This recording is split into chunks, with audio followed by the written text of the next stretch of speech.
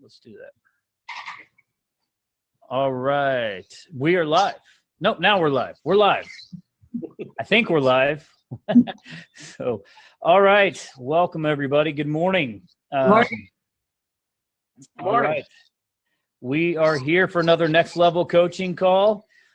Today we're gonna talk about maximizing the transaction, right? So what can you do to benefit from every transaction that you have? What can you do to, one, either earn more money per transaction, or two, have your transactions multiply, right? So what can you do to have that what are you going to do to benefit, right? So we want to start off on first, before you even get the transaction, what does that look like going out and before it's actually, and we're gonna focus mainly on listings, but we'll talk about buyers as well and how to maximize that. And in talking about that, one of the simplest, easiest ways to earn more money per transaction is to charge a transaction fee, right? So if you're not doing it now, do it. Just go in and add it. And I would say start high. You can always lower it, right? But I'll tell you, when I first heard this concept, I was like, oh man, it's going to be hard to sell, right? It's going to be hard to sell this transaction fee.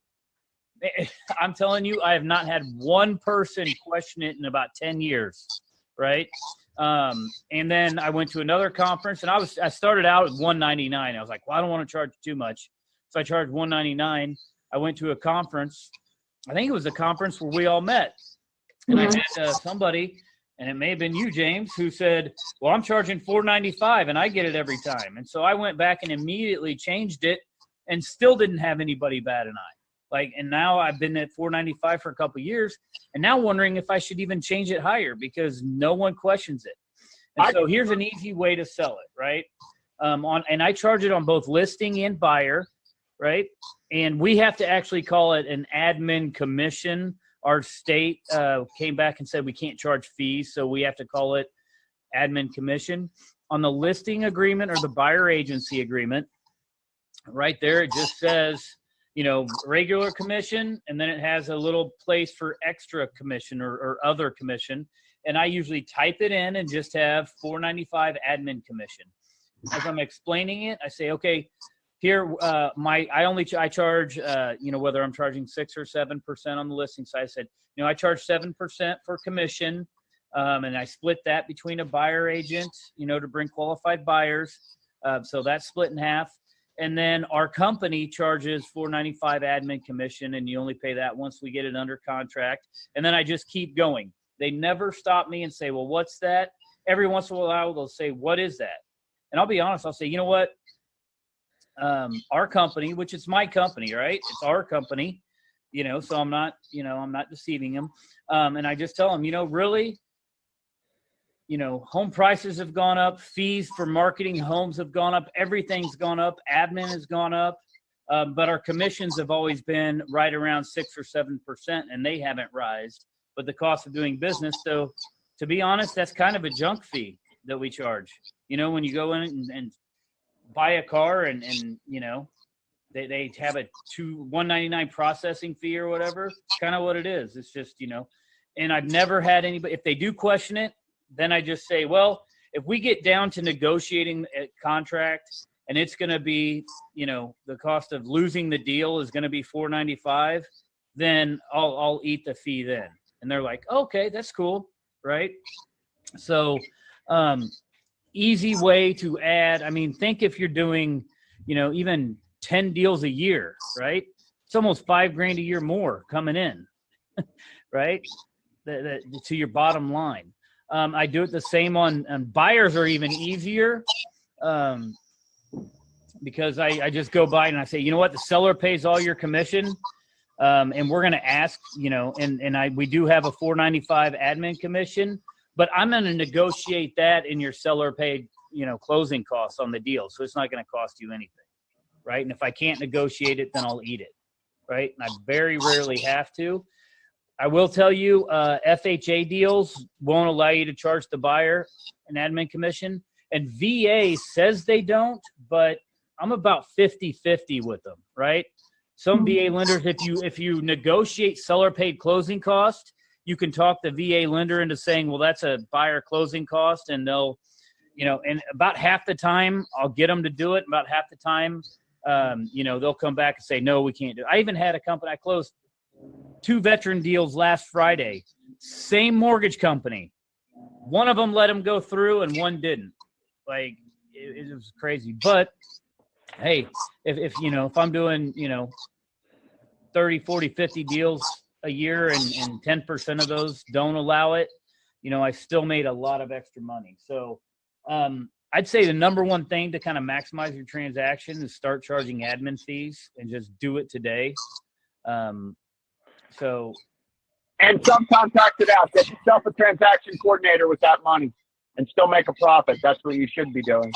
So you're not doing it, someone else is doing it, and you're still making money off of that service being provided.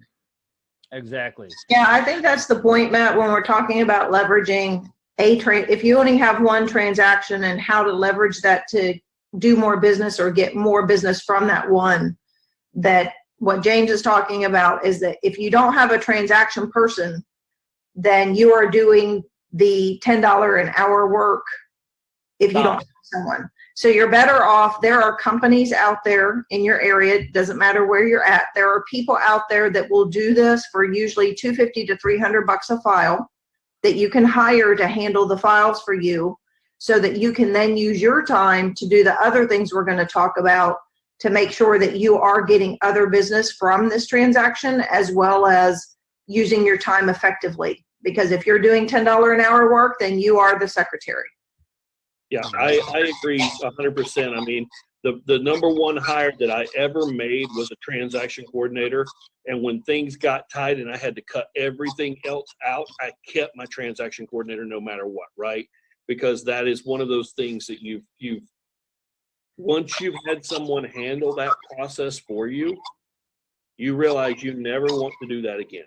Now, I will say this. I'm in one of the most strictest states. North Carolina is one of the most strictest states for brokers, okay, as far as rules. So I will say this. No matter where you're at, because we're talking to 50 states in Canada and everybody else here, check and see how you have to put it in the contract. Because in North Carolina, for example, we cannot put commissions in a contract under any circumstance in North Carolina. So we have to have a certain way that we go about it, and it's not through a contract. We're not allowed to put a number in a contract. Yeah. The point of that is everybody out here. We all have coached agents in almost every state out there, and it can be done in every state. You just may have to figure out the right way to do it. We're not gonna, get into exactly all, and we can't talk about every single state, but it can be done. It's done in every state. There are agents, and it's done with just about every different type of brokerage out there as well, right? In the past, and it may be just being able to explain it to your broker in a way that it shows that it benefits you and the client. Yes, it puts more money in your pocket, but it allows you to hire an admin person, which is going to make you more efficient, which is going to allow you to go out there and do more lead generation, because you're not spending your time on paperwork. You're spending it going out and getting more clients. So, absolutely. So admin fee, number one. The other one that we want to talk about, and these two kind of go hand in hand, is, well, there's two of them. I want to talk about, marketing your properties, marketing your listings through circle prospecting, and also, going out there and kind of doing the coming soon, having time before you list it.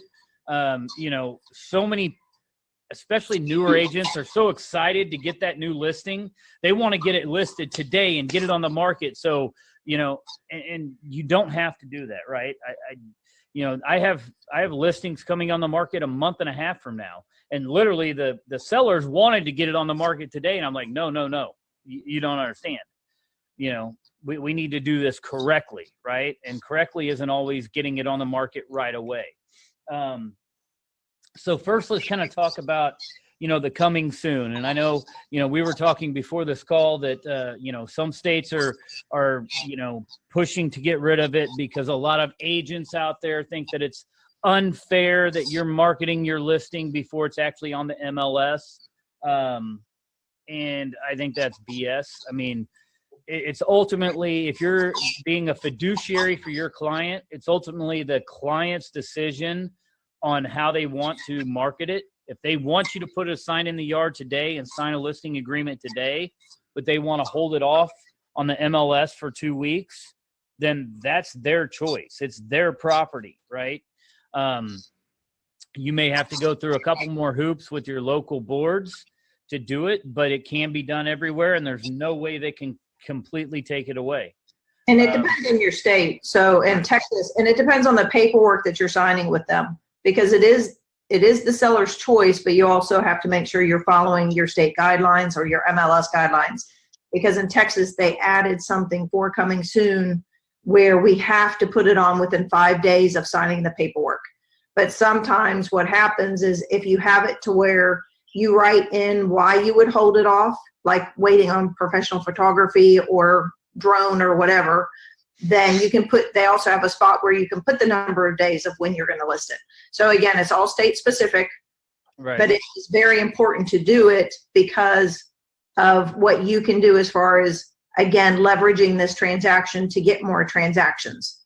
Right. Yeah, it definitely builds up the hype. I mean, and that's what I tell sellers when I sit down with them. I say, look, now in North Carolina, we've got a form. We've got an actual form that we have to sign that says seller withholding from MLS. And we have to explain to the seller, look, we're going to withhold this from the MLS for X amount of days. And we have to write in the days that we're going to withhold it from the MLS. And we have to explain to them, look, and they make, there's a paragraph there that we actually have to read to them, but it basically says this, that please understand during this time, you are missing out on potential buyers. And that's what our state mandates. Yeah, which is BS, because they're not, because you're getting those leads. And let's talk about that. So here's one thing that I love to do is, you know, we'll put a coming soon sign out there. I'll also get flyers done up and distribute it to the neighborhood, right? Asking for potential buyers. Ours also says we can't show it if it's in that coming soon to potential buyers. But what you can do is you build up that list, and then you do an exclusive open house the day that it comes open, right? An evening or whatever. It can be open to everybody, but make those buyers feel like it's exclusive. And I love to do this. Let's say you get 5 couples in that 2-week period that are interested, and you say, okay, it's coming on the market real soon. I'll let you know. Let me get your email address, your phone number, maybe your personal address, and you send them an invitation to exclusive open house, hours after coming on market. And what you want to do is get all 5 of those couples in that house at the same time, right? So we're going to have a 1-hour open house, providing, maybe, hors d'oeuvres and some other stuff. I like to do these in the evening. I like to do them on Friday because we're going active Friday night, into, that first weekend. And you invite them. So what it does is they come in and it creates that auction mentality, right? And it goes active right when the open house starts. So then you can't tell all these, because what you were talking about, some of these other agents, get jealous because you sold it so quickly and my clients didn't even have a chance to see it. Well, yeah, they did. I put it active in the MLS, and then we held an open house as soon as it went active. If you're on top of your game, Mr. Agent, you should have saw that it came active at this time. You should have those automatic emails when something comes active. It's not my fault that you didn't check the MLS on an hourly basis for your client, right? So to add to that, Matt, what you can do is door knock the whole neighborhood with the flyer, inviting them to an exclusive open house. And you can tell the seller that you're doing that because a lot of times people that buy your houses are coming from the neighborhood. They're upsizing, downsizing, getting their relatives, their friends, their family to buy houses in the neighborhood. So you door knock, you give them a flyer, invited them to the open house that Friday night. You have 2 open houses. You're going to have the exclusive open house Friday night for just the neighbors only and all of their friends and family that might be looking. And then Saturday, you're having the open house for the whole public that you're going to advertise. if you sell it Friday night, you're going to get the other buyers from the Saturday one or backup contracts. So you're planning 2 open houses, the Friday night exclusive neighborhood one. And you can also say to people, hey, come say goodbye to the Joneses. This is an open house. It's your chance to come and say goodbye. It's your chance to bring your friends and family or anybody you want to move to the neighborhood. We're going to have a regular open house on Saturday. We don't want you to miss out. Please come. And my open houses, I would have 50 to 80 people through an open house. Half of the people through the open house were neighbors. So every single time, half the people were neighbors. So it works. And on the flyer, I would put at the top, you're invited, so that if they weren't home when I was door knocking, I could roll it up backwards and they would see you're invited on their doorknob, so they would open it up. And then the third part of that process is doing circle prospecting through the phone, buying a list through Cole Resources, and then you can put that into slide broadcast and do one broadcast inviting them. So boom, it all hits their cell phones. So you're doing a phone call, door knocking, flyer, open Friday night open house, and then Saturday open house to the public. Mm-hmm. And to that, I'd like to add that all these ways that Sheila just highlighted are all to people you've never met before. But before you're marketing to people you've never met, you should be marketing to your database of leads you already have that you know want to buy in that area.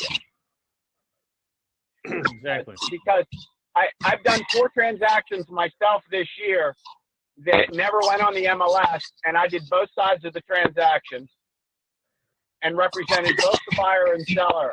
They both got what they wanted. And I did both sides of the transaction and did not pay out a buyer's agency commission to an outside brokerage. Yeah.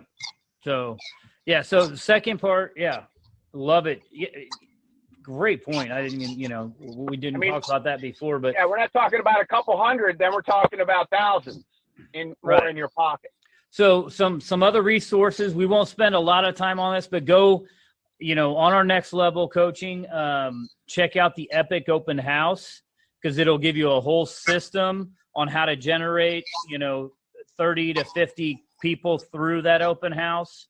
And then also we have circle prospecting and marketing around your listing on there. So awesome. Prospecting works. Yeah. And I think, Matt, we had done one time, I did the class on 0 to 10 million with open houses. That's on the next level site too. Okay. So yeah, it's a game changer, but the coming soon is key. One, it allows you to get the property up to par while it's listed, and you have a sign in the yard and that may take a month, right? Don't just listen to the board or your, look, where there's a will, there's a way. Like you said, you have to have it listed within 5 days. There's other ways around that. I mean, just, yep. Huh? Yes, there is. You have brokers that would start that, because they wanted to sell it in-house. That's how I realized that, wow, as an agent, I want to sell it in-house too. You don't have to put a sign in the yard. Nope. Because normally if you put a sign in the yard, that's what the MLS and the other agents are giving you a hard time about. You can do what I was talking about without a sign in the yard. You just need the professional pictures, a really good flyer, time to door knock, time to circle prospect. Do all of that before you stick the sign in the yard if you need to, based on your state guidelines. Yep. Right. Yep. But I'm a big proponent of putting the sign in the yard too. I know that that you say you have 5 days. Well, for me, I want that sign in the yard because I'm starting to get sign calls off of it all the time, and I'm building that list like James was talking about and Matt was talking about. Right, I'm building that list, and then I'm going to call those people and say, hey, look, we got an exclusive showing just for you guys. And so, Yeah, of course, if you can put it in the yard, but if you can't, like Matt said, when there's a will, there's a way. If you can't put the sign, if that's the sticky point, don't worry about the sign. You can still put the system. But if you can put the sign for a month, heck yeah, I would put a sign for a month if I could, but we can't here. But if I could, I would. And then you can use, if you guys watch on Next Level, Shannon had done a class on listings to leads. He and I do, God bless you, with writers and with the text campaigns where people will text you that are interested in the property. Mhm. So you can watch that on Next Level as well. Yeah. Speaking of signs in the yard, let's move to the next one. I want to talk about, how to maximize buyer agency transactions as well, right? Working with the buyer. And one thing you can do is have the buyer sign an agreement while they're signing their buyer agency that's going to allow you to put a sign in their yard after they buy the property for 30 days, okay, with a sold on it, right? So think about this. Especially if it's a neighborhood that you've kind of been farming or want to build a bigger presence in. And if you're working a certain neighborhood, you're probably going to get a lot of buyer leads there and sell other houses there. How great does it look when there's somebody else's sign in the yard for, 4 months, all of a sudden that sign comes down, your sign goes up with a sold sign on it, right? Because you brought the buyer. And I just tell the buyer when we're signing the buyer's agency, I have a separate sheet of paper. And I said, hey, if I do a great job and, we get you the house you want, would you mind helping me out and helping me get more business? And they'll be like, oh, yeah, sure. And I'll go, okay, well, here's what I'd like to do. I'd like to put a sign in your yard for 30 days afterwards that just says that I sold the property. Would that be okay? Right? And everybody's like, yeah, sure. And so I have them sign off that it's okay. They sign it that it's not currently listed. And again, check with your local boards, but this is fine everywhere. As long as your client says it's okay to put a sign in their yard, it is okay. And so for 30 days, and it gives me the opportunity 30 days later to go see my clients again face to face and have that touch, 30 days afterwards. Ask for some more referrals. Ask them how the house, once they go in, they're going to find some stuff that they didn't pop up in inspection or anything. And I can help them get in the right contact with the right person to help them maybe do a minor repair or something. So good time to give a housewarming gift too. Right. Exactly. Again, on this one, guys, I would definitely check your state and local rules and regulations. For example, North Carolina, we can do that, but the sign must say sold by buyer representation. It can't just be sold. It has to say sold buyer representation. So check your state reg. Right. Great idea though, Matt. yeah. Great way, especially if you're a buyer's agent and you struggle with getting listings. This is a great way for you to get more buyers. You go. It'll help you get a listing too. Exactly. And then again, originally, you take that on the buyer side as well and do the circle prospecting maybe after the fact, right? And so we've talked about circle prospecting when you get a listing and, but this is a just sold. And you can call them up and those same neighbors, hey, I just sold a house down on 123 Main Street. I'm working with a lot of other buyers that love this area because I'm a neighborhood expert. And I was just wondering if you guys are thinking about selling anytime in the near future. In the next year. Yeah. Right. Well, that same thing with the flyer idea I used to do because I would farm that neighborhood and I would do a just sold flyer. And if you're interested in selling, please give me a call. I'll let you know how I did it. I'll come and do a CMA for your property. And then also James had mentioned about when you have the sign in the yard for 30 days, the other piece of it is you should talk to them about doing a housewarming party, because that is another great way to not only meet all of their friends, it's a great way for neighbors to see everybody coming to their house, seeing your sign in the yard, their friends seeing your sign in the yard. And I would get tons and tons of referrals from doing housewarming parties from the buyers that bought the house. Post-closing, yep. Oh, you want to talk about a ton of referrals. So here's the basics of it, and maybe we'll do a full episode on the housewarming party because it's great, but get the lender involved. So when you're talking to the lender, if they're local, if they're one of those internet lenders, it's going to be tough. But if they're a local lender, even if you haven't worked with them before, tell them that you do these housewarming parties and you would like them to be a part of it for them to get more referrals. And then you have them cover the majority of the cost, right? So this is a process I start when they sign the buyer agency and I'm explaining the whole home buyer process. This is something I put in there that, hey, as soon as we get it under contract, I'm going to ask you to start getting your database together of your friends and family for your housewarming party. And they're like, what are you talking about? Well, I'm going to throw you a housewarming party 2 to 3 weeks after you move into the house. And so I want to invite, I'm going to cover the cost. I'm going to pay for it, everything. And we're going to invite all your friends and family so they can come to your house. This is a great way to think about that. Now they're giving you their database. So again, once we get it under contract, I'm going to remind them, okay, I'm going to need your database, within the next couple weeks so I can start inviting people to your housewarming party, right? And you're going through. And then the day of the housewarming party, so we get those out, we send out invitations or emails, we invite everybody. Housewarming party, you're just a host, right? So you're like a caterer. You show up with the lender, and we're in Kansas City, so we do barbecue. It's easy. You can get big trays of barbecue, and we just set up a little table. We provide that, and we provide non-alcoholic drinks, and that's, I tell them, one, cost-wise, but I also tell my clients, for, lawsuit-wise, they can serve them, but I'm not going to serve alcohol drink. I'll serve all the food and water and, pop necessary. And then you just sit there and serve, have a name tag on, have your shirt on, and you're not there asking for business. You're just there to serve and help them with the housewarming party.